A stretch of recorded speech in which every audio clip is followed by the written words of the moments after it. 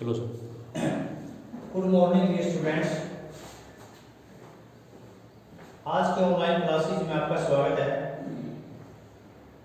कक्षा 8 विषय सामाजिक विज्ञान, उप विषय जब जनता प्रभावित करती है 1857 और उसके बाद।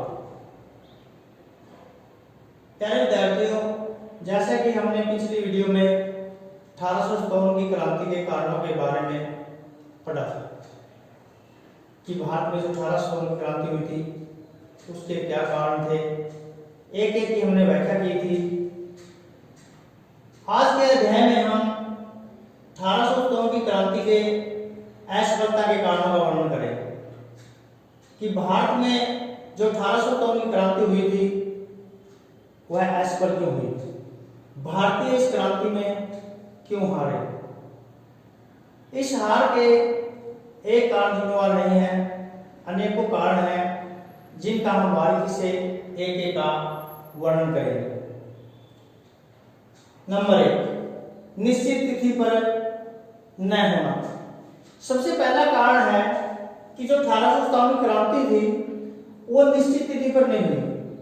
क्रांति से पहले जो योजना बनाई गई थी उस योजना में 31 मई की तिथि तय की गई थी कि पूरे देश में जो संदेश दिया गया था उस संदेश में यह कहा गया था कि 31 मई को क्रांति की शुरुआत होगी, लेकिन क्रांति 10 मई को ही शुरू हो गई। मेरठ में जो सैनिकों ने विद्रोह किया था उससे चिंगारी सुलग उठी और मेरठ से क्रांति शुरू होकर के दिल्ली तक पहुंच गई। तो प्यारे विद्यार्थियों, निश्चित तिथि पर क्रांति का न होना भारतीयों के लिए एक असफलता का कारण बना। इतिहासकारों का मानना है कि यदि क्रांति समय पर शुरू होती तो शायद हम नहीं हारते, क्योंकि अंग्रेजों के पास एक थोड़ी सेना थी। यदि विद्रोह पूरे देश में हो जाता तो उसको वे कंट्रोल नहीं कर सकते थे, लेकिन विद्रोह कुछ कुछ क्षेत्रों में हुआ। छोटे छोटे क्षेत्रों को अंग्रेजों ने आसानी से दबा दिया। तो निश्चित तिथि पर क्रांति का न होना हमारे लिए पतन का कारण बना। नंबर 2, एक उद्देश्य का न होना। पतन के कारणों का दूसरा कारण है एक उद्देश्य का न होना।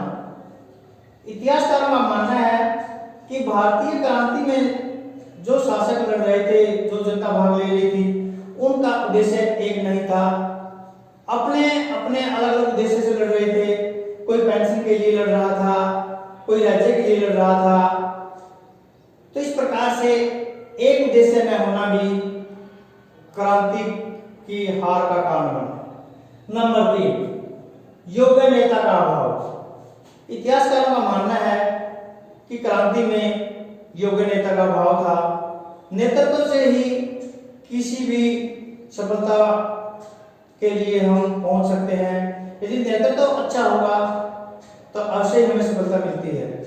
इस समय क्रांति में जो नेतृत्व कर रहे थे, जो बहादुर शासक नेतृत्व कर रहा था, वो व्यर्थ था, वो सक्षम नहीं था। कंवर सिंह जी वह अन्य जो भी क्रांति के नेता थे, वो उनमें योग्यता का अभाव था। इसके साथ साथ वो वर्ग थे।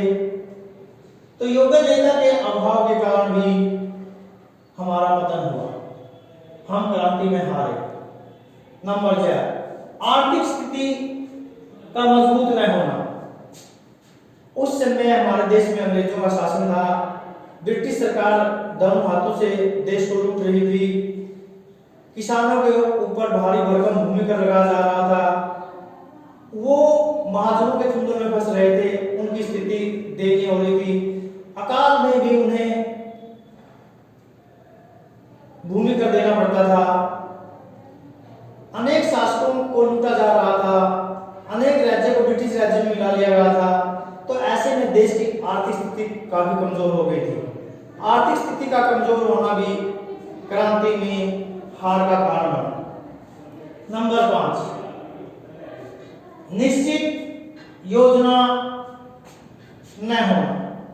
इतिहासकारों का मानना है कि जो 1857 की क्रांति शुरू हुई थी उसमें योजना निश्चित नहीं थी। अलग अलग क्षेत्रों में अलग अलग समय पर क्रांति हुई।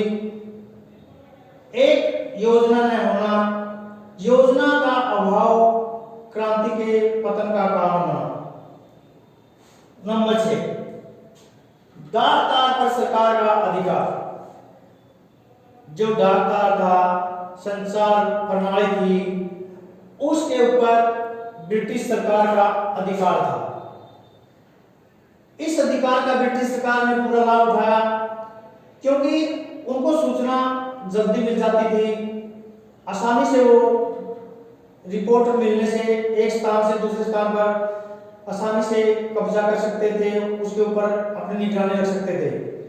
भारतीयों को सूचना देने में काफी समय लगता था क्योंकि भारतीयों के पास डाक तार प्रणाली नहीं थी, पैदल सूचनाएं जाती थी। सूचना के अभाव में लोग योजना न बना सके, लेकिन ब्रिटिश सरकार के पास डाक तार व संचार प्रणाली थी। डाक तार और संचार प्रणाली का लाभ ब्रिटिश सरकार को काफी महत्वपूर्ण रहा और भारतीयों के लिए ये एक नुकसानदेह बना।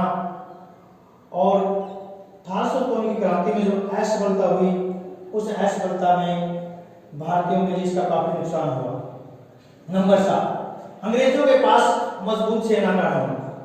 इतिहासकारों का मानना है कि जो ब्रिटिश सेना थी वो आधुनिक हथियारों से लैस थी।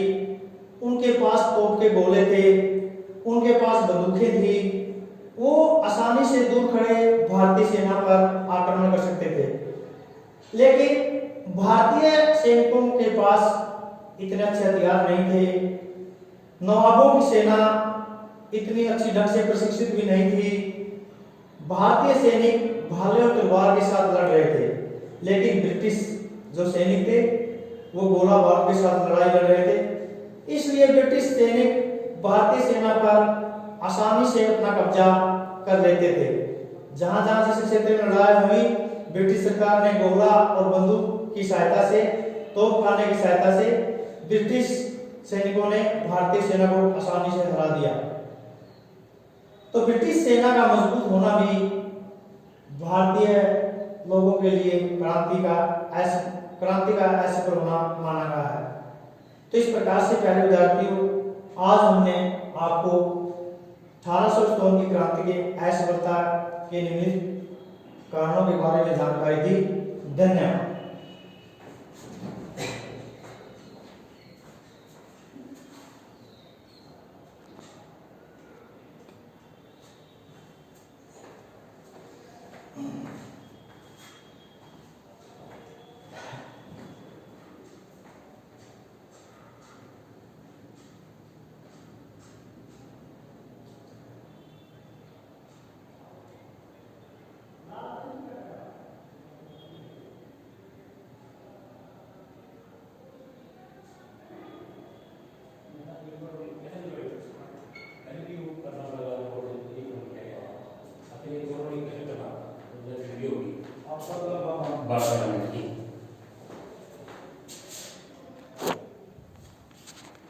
उनकी बात तो मैं जाता हूँ।